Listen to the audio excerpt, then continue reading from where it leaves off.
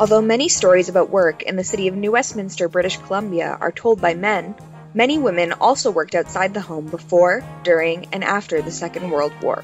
In fact, during the 1940s, while many young men were leaving school to enlist in the war, some young women found themselves being plucked out of high school for their good grades and placed in a full-time work position.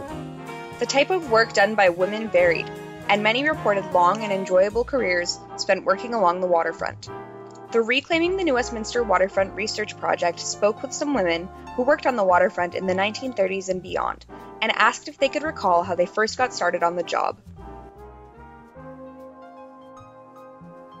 On 8th Street, which is where Robson is now.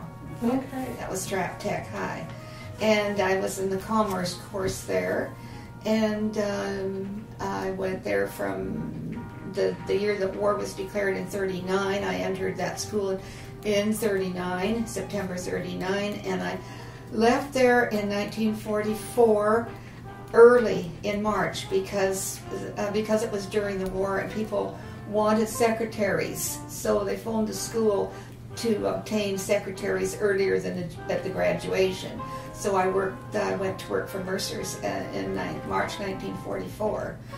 And I must say it was quite an experience. There was 200 men on the payroll and 3 people in the office, 2 girls and 1 man. And it was quite a very, very interesting and very exciting experience. Okay. What made it interesting? Well, for instance, the boats were all very interesting because we built them for Nelson Brothers, Todd's in Victoria, and Gilly Brothers, and we repaired everything that ran up and down the river. And we even repaired a boat that was a rum runner in the days of the Prohibition. I was offered a job at Gilly Brothers, Okay. which is where I am sitting now. This was Gilly Brothers. It was right here. Yeah, and it was sand and gravel and coal. Okay. What kind of job did they offer you? Oh, I think it was in the accounting department. Okay. I was sent through this high school because it was about June, and but I wasn't too keen on it because it was June and it was hot. So of course, and it was right after the war. So I'm in bobby socks and sandals. So he looks over his desk. He said, "We expect all our young ladies to buy nylons with their first paycheck." I thought, forget it. And then he said, "I'll take you down to meet the gentleman you'll be working under." Well, I went down the hall with him, and then I could see at the end of the hall this man, he's bawling out one of the women, just terrible. I thought, I'm not working here. But anyways, back to here. So then my second job was at the Royal City Cannery, which hung over the river just on the other side of Patola Bridge. So that was my second offer.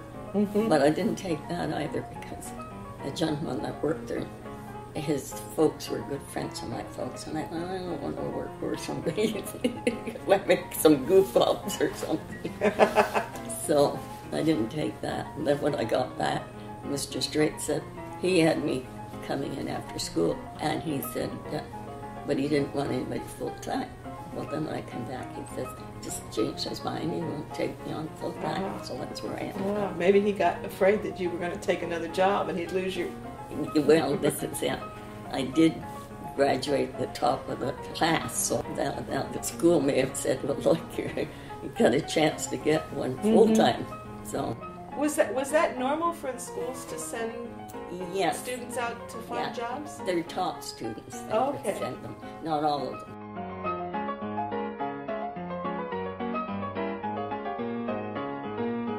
Were you still in school?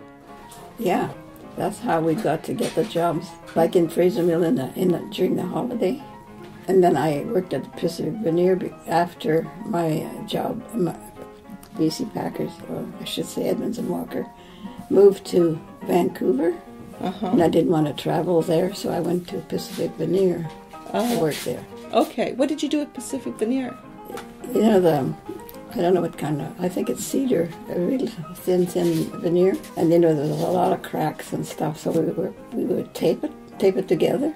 So they would send it to the other department, and then they'd make it like plywood. How did you learn this job? Well, we just went there, and they told us what to do, and we did it. Was it easy? Yeah, but then I was sent on sanding doors, and they were heavy, and I have never worked in my life, so coming out of school and we had to turn them after we were sanded on one side, and then pile them on the side.